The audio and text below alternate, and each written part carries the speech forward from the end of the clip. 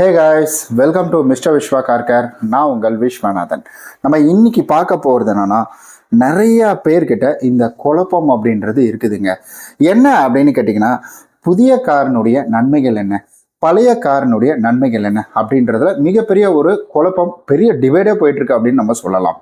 So நம்ம ரேண்டமாக சொல்லலாம், புதிய காரில் இது இருக்குது, பழைய காரில் இது இருக்குது அப்படின்னு சொல்லலாம். புதிய கார் வாங்கினா எந்த செலவு தேவையில்லை அப்படின்ற மாதிரி சொல்லலாம்.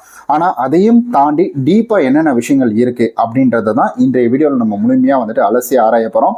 வீடியோ ஸ்கிப் பண்ணாமல் பாருங்கள். நீங்கள் மிஸ்டர் விஸ்வா கார் கேரை சப்ஸ்கிரைப் பண்ணாமல் இருக்கிறீங்கன்னா மறக்காமல் சப்ஸ்கிரைப் பண்ணிக்கோங்க. அப்படியே கூட இருக்க பெல் பட்டனையும் ப்ரெஸ் பண்ணிக்கோங்க. புதிய கார் வாங்குறதுனால நமக்கு நிறைய நன்மைகள் இருக்குங்க. ஸோ அது கிட்டத்தட்ட 4 வகை அப்படின்றது இருக்குது. அண்ட் அதே போல் புதிய கார் வாங்குறதுனால நமக்கு 3 தீமைகள் அப்படின்றதும் இருக்குது. அதையும் என்ன அப்படின்றத பார்த்துடலாம். சரி, ஓகே. இப்போ புதிய கார் நம்ம வாங்குறதுனால நமக்கு இருக்கக்கூடிய நன்மைகள் என்ன அப்படின்னு கேட்டிங்கன்னா, புதிய கார் புதிய தொழில்நுட்பம், ஸோ ஸ்மார்ட்டாக இருக்கும் வண்டி வந்துட்டு. இப்போ இருக்கிற டெக்னாலஜிக்கு, இப்போ இருக்கிற காலகட்டத்துக்கு தகுந்த மாதிரி இருக்கும். ஸோ பெட்டராக இருக்கும், மைலேஜ் கிடைக்கும். ஸோ ஸ்மார்ட் ஃபியூச்சர் அப்படின்றது நிறையா இருக்கும். இது ஒரு விஷயம் அப்படின்றது இருக்குது. அண்ட் அதே போல் இதனுடைய வாரண்டி, ரொம்ப ரொம்ப ரொம்ப வாரண்டி அப்படின்றது முக்கியங்க. ஏன்னா நீங்கள் ஒரு சிலர்லாம் பார்த்துருக்கலாம், ஒரு சில நியூஸ் எல்லாம் பார்த்துருப்பீங்க. புதிய கார் வாங்கி அவங்க வண்டி வந்துட்டு ரோட்டில் பாதியிலே நின்று போன கதெல்லாம் இருக்கும். இதெல்லாம் வந்துட்டு பழைய கார் வாங்கி ரோட்டில் வண்டி நின்று போச்சுன்னா, எடுத்துகிட்டு போனீங்க, நீங்கள் என்ன பண்ணீங்கன்னு எனக்கு தெரியாதுங்க அப்படின்ற மாதிரி சொல்லிடுவாங்க. பட் புதிய காரில் 3 வருஷம் வாரண்டி, 5 வருஷம் வாரண்டி அப்படின்றது ஒவ்வொரு பிராண்டுக்கு தகுந்த மாதிரி கொடுத்துட்ருக்காங்க. அப்போ அந்த வாரண்டி டைமில் கொடுத்துக்கலாம் இல்லைங்களா? இது மிகப்பெரிய ஒரு வித்தியாசம் அப்படின்றத நம்ம தெரிஞ்சுக்கணும். 3வது என்னன்னா, மன நிறைவு, மன திருப்தி. நான் ஒரு புது கார் வாங்கியிருக்கேன் அப்படின்ற மாதிரி. அண்டு இது மட்டும் இல்லாமல் நான் நம்பி எங்கே வேணால் எடுத்துகிட்டு போவேன் அப்படின்ற ஒரு ஹோப் அப்படின்றது நமக்குள்ளே இருக்கும். 4வது மோஸ்ட் இம்பார்ட்டன்ட், அதாவது பாதுகாப்பு அம்சங்கள் அப்படின்றது இப்போ நிறைய கொடுத்துருக்காங்க. ஃபார் எக்ஸாம்பிள், நம்ம எஸ்டர்டே ஒரு வீடியோ போட்டிருந்தோம், அதாவது ஏபிஎஸ்க்கும் இவிடிக்கும் உள்ள வந்துட்டு வித்தியாசம், ஸோ அது எப்படி ஒர்க் பண்ணுது அப்படின்ற மாதிரி ஒரு கிராஃபிக்ஸ் வீடியோலாம் வச்சு நம்ம போட்டிருந்தோம். அதே போல தான் இந்த மாதிரி நிறைய ஃபியூச்சர்ஸ் அப்படின்றது கிடைக்கும். அண்ட் வந்துட்டு சென்சார் அதிகமாக இருக்கும் காரில். ஸோ பேக் சென்சார், ஸோ இந்த மாதிரி இடிக்க போகிறது, ஸோ நிறைய சென்சார்ஸ் அப்படின்றது நிறைய வருது. அண்ட் அதே போல் வந்துட்டு ஏர் பேக் கொடுக்குறாங்க. இப்போ கம்பல்சரி ஏர் பேக் அப்படின்றது எல்லா இதுக்குமே வருது. 4 ஏர் பேக் கொடுக்கணும்னு சொல்லிட்டாங்க கவர்மெண்ட். இந்த மாதிரி நிறைய ஃபியூச்சர்ஸ் அப்படின்றது நமக்கு கிடைக்கும். தீமைகள் 3 பார்த்துடலாங்களா? அதாவது ஹை காஸ்ட், ஹை டிப்ரிசியேஷன், அதுக்கப்புறம் இன்சூரன்ஸ் கட்டணம். இது 3மேங்க. அதாவது ஒரு புதிய கார் வாங்க போறீங்க அப்படின்னா அதில் நீங்கள் ரோட் டேக்ஸ் அப்படின்றது கம்பல்சரி கொடுக்கணும். ரோட் டேக்ஸ் கொடுக்கணும். அது மட்டும் இல்லாமல் அந்த கார் வாங்கக்குள்ள ஒரு சில செலவுகள் அப்படின்றதுக்கு ஆக்சசரிஸ் போடணும். இந்த மாதிரி எக்ஸட்ரா நிறைய வேலைகள் அப்படின்றது இருக்குது. இது புதிய காரில் நடக்குது. இதெல்லாம் இல்லாமல் ஆக்சசரிஸ்லாம் இல்லாமல் வண்டி ஓட்ட முடியாதா அப்படின்னு கேட்டிங்கன்னா முடியும். அதுக்கான வீடியோவையும் போட்டிருக்கேன், அதையும் போய் பார்க்கலன்னா பார்த்துருங்க. ஸோ ஆக்சசரிஸ் இல்லாமல் தாராளமாக நம்ம ஓட்டலாம். ஆனால் ரோட் டேக்ஸ் இல்லாமல் வண்டி ஓட்ட முடியாதுங்க. 2வது விஷயம், ஒரு கார் அப்படின்றத நீங்கள் ஒரு 10 லட்ச ரூபா கொடுத்து வாங்குறீங்க அப்படின்னா அது 2லேருந்து, அதாவது முதல் ஆண்டு, அதுக்கப்புறம் அதாவது ஷோரூம்லேருந்து வெளியில் வந்துருச்சுனால அதனுடைய விலை பார்த்தீங்கன்னா 20லேருந்து ஒரு 30% அப்படின்றது குறைஞ்சிரும். ஸோ இது வந்துட்டு விற்கிறவங்களுக்கு தானே, நம்ம வாங்கி கரெக்டாக யூஸ் பண்ண போகிறோம், நமக்கு எதுக்கு அப்படின்ற மாதிரி நம்ம யோசிக்கலாம். பட் இது வந்துட்டு ஒரு பாயிண்ட் அப்படின்றது இதில் வருது. ஸோ 3வது இன்சூரன்ஸ் அப்படின்றது இந்த இடத்துல மோஸ்ட் இம்பார்ட்டன்ட். ஸோ இன்சூரன்ஸை கரெக்டாக நீங்கள் மெயின்டைன் பண்ணணும். ஏன்னா இன்சூரன்ஸ் புதிய கார்களுக்கு போடாமல் உங்களுக்கு வண்டியை கையில் கொடுக்கவே மாட்டாங்க. நீங்கள் ஷோரூமில் போடலாம், இல்லை வந்து தேர்ட் பார்ட்டியை கூட்டு போய் அவங்க மூலியமாக நீங்கள் இன்சூரன்ஸ் அப்படின்றது போடலாம். இல்லை அந்த ஆக்கோலாம் வந்துருக்கு பார்த்தீங்கன்னா ஆன்லைனில் அப்ளிகேஷனில், அதில் கூட நீங்கள் போடலாம். ஆனால் போட்டே தீரணும். ஃபர்ஸ்ட் டைம் இன்சூரன்ஸ் அப்படின்றது பார்த்தீங்கன்னா 30,000 சம்திங் என்னமோ காஸ்ட் அதிகமாக தான் வந்துச்சு. அப்புறம் இயர்லி ஒன்ஸ் வந்துட்டு என்னன்னா இதில் 11,000 சில்லற, 12,000 சில்லற அப்படின்ற மாதிரி உங்களுடைய காருடைய வேல்யூக்கு தகுந்த மாதிரி இன்சூரன்ஸ் அப்படின்றது போடுவாங்க. இது தேர்ட் பார்ட்டி அப்படின்றது ரொம்ப ரொம்ப இம்பார்ட்டன்ட். அது கம்பல்சரி இருக்கணும். நீங்கள் ஓன் டேமேஜ் இல்லைனாலும் தேர்ட் பார்ட்டி இருக்கணும். ஆனால் தேர்ட் பார்ட்டி எந்த அளவுக்கு இம்பார்ட்டனோ அதே போல் ஓன் டேமேஜும் இம்பார்ட்டன்ட் தான். தயவு செஞ்சு நீங்கள் இன்சூரன்ஸை போட்டுக்கோங்க. சிட்டியில் இருக்கிறீங்கன்னா சாதாரணமாகவே நடக்கும், அசால்ட்டாக நடக்கும், வந்து இடிச்சுட்டு போயிட்டே இருப்பாங்க. அதனால் தயவு செய்து நீங்கள் இன்சூரன்ஸில் எந்தவித காம்ப்ரமைஸும் பண்ணாதீங்க. இது புதிய காராக இருந்தாலும் சரி, பழைய காராக இருந்தாலும் சரி, இன்சூரன்ஸை மெயின்டைன் பண்ணுங்கள். சர்வீஸ் காஸ்ட்டை மெயின்டைன் பண்ணுங்கள். சர்வீஸ் லிஸ்ட்லாம் மெயின்டைன் பண்ணுங்கள். இதெல்லாம் மெயின்டைன் பண்ணிங்கனாலே உங்களுடைய வேல்யூ அப்படின்றது ஃபியூச்சரில் கம்பல்சரி அதிகமாகும். உங்களோட வேல்யூ கிடையாது, உங்கள் காரினுடைய வேல்யூ. இப்போ பழைய காரினுடைய சிறப்பு அம்சங்களை நம்ம பார்த்துடலாங்க. அதாவது நன்மைகள் என்ன அப்படின்றத பார்த்துடலாம். நன்மைகள் அதே போல தான் 4 அப்படின்றது இருக்குது, தீமைகளும் 4 அப்படின்றது இருக்குதுங்க. அதாவது பழைய காரினுடைய வந்துட்டு நன்மைகள் முதல்ல என்ன அப்படின்னு கேட்டிங்கன்னா, விலை குறைவு. இது ரொம்ப ரொம்ப இம்பார்ட்டன்ட். நம்ம வந்துட்டு ஒரு 10 லட்ச ரூபா கொடுத்து நம்ம ஒரு புது காரை வாங்குறோம் அப்படின்னா அப்போ கண்டிப்பாக பழைய காரை நம்ம ஒரு 2 லட்ச ரூபா 3 லட்ச ரூபா 4 லட்ச ரூபாயிலே வாங்க முடியும். வருஷம் அதிகமாக போகும், அதில் நிறையா விஷயங்கள் இருக்குது, அதை பற்றி டீப்பாக பேச வேணாம். பட் ஆனால் புது காருக்கும் விலை பழைய காருக்கும் விலை வித்தியாசம் அப்படின்றது இருக்குது பார்த்தீங்களா. அண்ட் அதே போல் லோ டிப்ரிசியேஷன் அப்படின்றது சொல்கிறாங்க.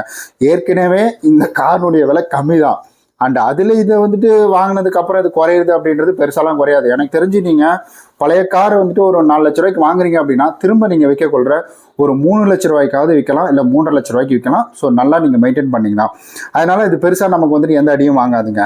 அதுக்கப்புறம் இன்சூரன்ஸ் கட்டணம் அப்படின்றது ஆல்ரெடி கார் பழசானதுனால உங்களுக்கு இன்சூரன்ஸ் கட்டணம் அப்படின்றது குறைய தான் செய்யும். ஸோ காரினுடைய வந்துட்டு மாடலை பொறுத்து இது எல்லாமே அமையும். ஒரு முக்கியமான விஷயம் என்னன்னா, ப்ரீமியம் மாடலை உங்களால் வாங்க முடியுங்க. அதாவது நீங்கள் பிஎம்டபிள்யூ வாங்கலாம், இல்லை ஹோண்டா சிட்டி வாங்கலாம். இந்த மாதிரி ப்ரீமியமாக இருக்கக்கூடிய லக்ஸரி கார்ஸ் எல்லாம் உங்களால் கம்மி ரேட்டுக்கு வாங்க முடியும். பட் என்னுடைய சஜஷன், நீங்கள் அதெல்லாம் ஓகே அப்படின்னா வாங்குங்க. ஏன்னா அதுக்கு செலவு பண்ண ரெடியாக இருக்கணும். புது கார் நம்ம வந்து 5 லட்சம் 10 லட்சம் கொடுத்தாலே பிஎம்டபிள்யூ ரோல்ஸ் ராயல் பிஎம்டபிள்யூ இந்த மாதிரி கார்ஸ் எல்லாம் வாங்க முடியும். பட் பிரச்சனை என்ன அப்படின்னு கேட்டிங்கன்னா, அதில் இருக்கிற ஒவ்வொரு ஸ்பேர் பார்ட்ஸுமே எக்ஸ்பென்ஸ். ஸோ சர்வீஸ் எல்லாமே எக்ஸ்பென்ஸ் தான். அதனால் அதை பார்த்துக்கிட்டு நீங்கள் அதுக்குள்ளே போங்க. இப்போ தீமைகளை பார்த்துடலாம். பழைய தொழில்நுட்பம், பழைய கார்னா அந்த அப்கிரேட் கம்மியாக தானே இருக்கும். இப்போ இன்னைக்கு இருக்கிற காலகட்டத்துக்கு வரக்கூடிய காரும் 2025 வரக்கூடிய காரும் 2005 வரக்கூடிய காருக்கும் வித்தியாசம் இருக்கு இல்லைங்களா. அதனால வந்துட்டு இதில் தொழில்நுட்பத்தை சேஃப்டி மைலேஜ் இது எல்லாமே குறையும். கண்டிப்பாக அதுக்கான வாய்ப்புகள் நிறையா இருக்குது, குறைஞ்சிதான் இருக்கும். அண்ட் அதே போல் வந்துட்டு இதை நம்பி நம்ம வெளியிலாம் எடுத்துகிட்டு போக முடியாது. ரொம்ப லாங்லாம் எடுத்துகிட்டு போனால் யோசிக்க வேண்டியது இருக்கும். ஒரு வேலை இதை வேலை வச்சிருமோ பழுது அடையிறதுக்கான வாய்ப்புகள் அப்படின்றது 75% இருக்குது அப்படின்னு சொல்கிறாங்க. பழைய காரில் பிரேக் டவுன் ஆகுறது அதெல்லாம் செகண்டரி. ஸோ சின்ன சின்ன வேலைகள் நமக்கு வச்சுக்கிட்டே இருக்கும் அப்படின்றதுல எந்தவித மாற்று கருத்துமே இல்லை அப்படின்னு சொல்கிறாங்க. அண்ட் இதை நம்ம வந்துட்டு ஒரு என்னதான் இந்த காரை வாங்கினாலும் ஸோ இதில் நம்பிக்கை அப்படின்றது பார்த்தீங்கன்னா பெருசாக நமக்கு இருக்காது. அது ஒரு உறுத்தல் அப்படின்றதே இருக்கும். செகண்ட் ஹேண்ட் வாங்கிட்டோமே, இதனால ஏதாவது நமக்கு ப்ராப்ளம் ஆகுமா, ஒருவேளை புதுசு போயிருக்கலாமோ அப்படின்ற மாதிரி நமக்குள்ள ஒரு எண்ணம் ஓட்டம் ஓடிக்கிட்டே இருக்குங்க. ரெண்டாவது விஷயம் என்ன அப்படின்னு கேட்டிங்கன்னா, ஆக்சுவலி வந்துட்டு பழைய கார் வாங்குறதுல லோன் வாங்குறதுல சிக்கல் அப்படின்றது ஏற்படுங்க. லோன்லாம் நமக்கு வந்துட்டு பெருசாக கொடுக்க மாட்டாங்க பழைய காருக்கெல்லாம்.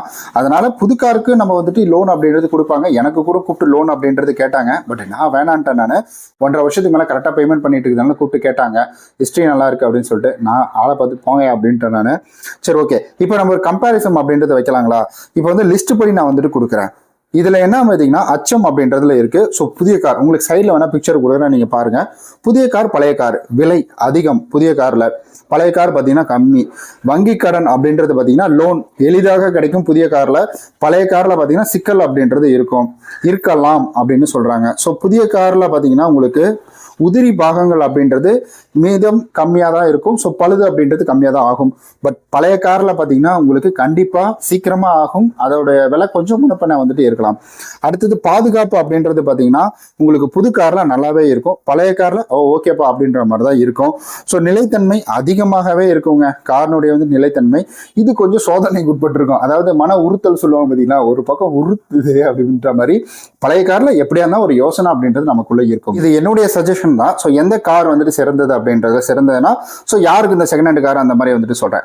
ஸோ ஃபர்ஸ்ட் டைம் நீங்கள் பையராக இருக்கிறீங்க அப்படின்னா ஒரு பழைய காரை வாங்கி ஒரு நல்ல நிலைமையில் இருக்கக்கூடிய பழைய காரை வாங்கி நீங்கள் ஓட்ட கற்றுக்கலாம் அப்படின்ற மாதிரி சொல்கிறாங்க.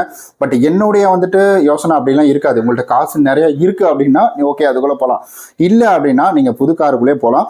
ஓட்ட கற்றுக்கிறதுக்காக தான் நீங்கள் அதை பண்ணுறீங்க அப்படின்னா பண்ணாதீங்க. நீங்கள் டிரைவிங் கிளாஸ் போகலாம், இல்லை தெரிஞ்சவங்கள்ட்ட காசு கொடுத்து கூட நீங்கள் ஓட்ட ஆரம்பிச்சிக்கலாம். அடுத்தது வந்துட்டு இதில் லாங் டேர்ம், அதாவது புதிய கார் நான் வந்துட்டு லாங் டேர்மாக லோன் போட போகிறேன் நான் அப்படின்ற பட்சத்தில் இருக்கிறவங்க, புதிய காரு நான் வந்துட்டு வெளியில் போவேன் நிறையா வந்துட்டு பீஸ்ஃபுல்லாக இருக்கணும் அப்படின்னு நான் நினைக்கிறேன் நான் அப்படின்றவங்களுக்கு புதிய கார் அப்படின்றது, லாங் டிரைவிங் பண்ணுறவங்களுக்கு புதிய கார், சிட்டிக்குள்ளே மட்டும் தான் ஓட்டுறேன் அப்படின்றவங்களுக்கு ஸ்மால் யூஸ்டு கார் அப்படின்னு இந்த ஆல்டோ i10 இந்த மாதிரி வந்துட்டு சொல்கிறாங்க. ஸோ ஃபேமிலி ட்ராவலுக்கு வந்துட்டு புதிய கார் அப்படின்றது 2023 24 ரொம்ப முக்கியமானது. ஸோ இந்த மாடலில் நீங்கள் செகண்ட் ஹேண்ட் வாங்கலாம் அப்படின்னு சொல்கிறாங்க. அண்ட் அதே போல் இதனுடைய விலை அப்படின்றது பார்த்தீங்கன்னா இந்த கம்பேரிசன் உங்களுக்கு ரொம்ப ரொம்ப யூஸ்ஃபுல்லாக இருக்குங்க. இதனுடைய விலை வந்துட்டு எப்படி சொல்றாங்கன்னா, பட்ஜெட் வந்துட்டு 3-5 லட்சத்துக்குள்ள சிறந்த நிலை உள்ள பழைய கார்கள் 2018 2028. ஸோ 2018 நீங்க இந்த ரேஞ்சுக்குள்ள வாங்கலாம். ஸோ பட்ஜெட் 6 லட்சமா இருந்தது அப்படின்னா புது இதுல வந்துட்டு என்ட்ரி லெவல் காரை வந்துட்டு நீங்க போறது பெட்டர் அப்படின்னு சொல்றாங்க. என்னை பொறுத்தளவுக்கு 5 லட்சம் போடுறீங்கனாலே நீங்கள் புது காருக்கே போகலாம். டியாகோ இருக்குது, செலேரியோ இருக்குது, பஞ்சு இருக்குது. இதெல்லாமே கம்மி ரேட்டில் 6 லட்சம் ஒரு மினிமம் அமௌண்ட் மாதிரி கட்டி நீங்கள் அதை வந்து தாராளமாக யூஸ் பண்ணிக்கலாம். ஸோ யூஸ்டு கார் வாங்க போகிறீங்கன்னா ஃபுல் சர்வீஸ் ஹிஸ்ட்ரி, அப்புறம் ஆர்சி, இதெல்லாம் வந்துட்டு ரொம்ப முக்கியம். இதெல்லாம் பார்த்துக்குங்க அப்படின்னு சொல்கிறாங்க. ஸோ என்னை பொறுத்த வரைக்கும் புது கார் அப்படின்றது புது கார் தான். எனக்கு பட்ஜெட் இல்லை, பட் எனக்குன்னு ஒரு கார் இருக்கணும் அப்படின்னு நினைக்கிறவங்களுக்கு சரி ஓகே பழைய கார் போகலாம். ஆனால் பழைய காரை நம்ம எப்படி பார்த்து வாங்குறது அப்படின்ற ஒரு வீடியோவும் நம்ம போட்டிருக்கோம். அதெல்லாம் போய் பார்க்கலீங்கன்னா நீங்கள் போய் பார்த்துருங்க. இந்த வீடியோவில் உங்களுக்கு ஏதாவது மாற்று கருத்துக்கள், கேள்விகள் இருந்ததுன்னா மறக்காமல் வந்துட்டு கீழே சொல்லுங்கள். இந்த வீடியோ பிடிச்சிருந்தா லைக் கொடுத்துருங்க. உங்களுடைய கருத்துக்களை கமெண்ட்டில் சொல்லிடுங்க. நம்ம நாளைக்கு இது போல் வேற ஒரு வீடியோவில் சந்திக்கலாம். பாய்.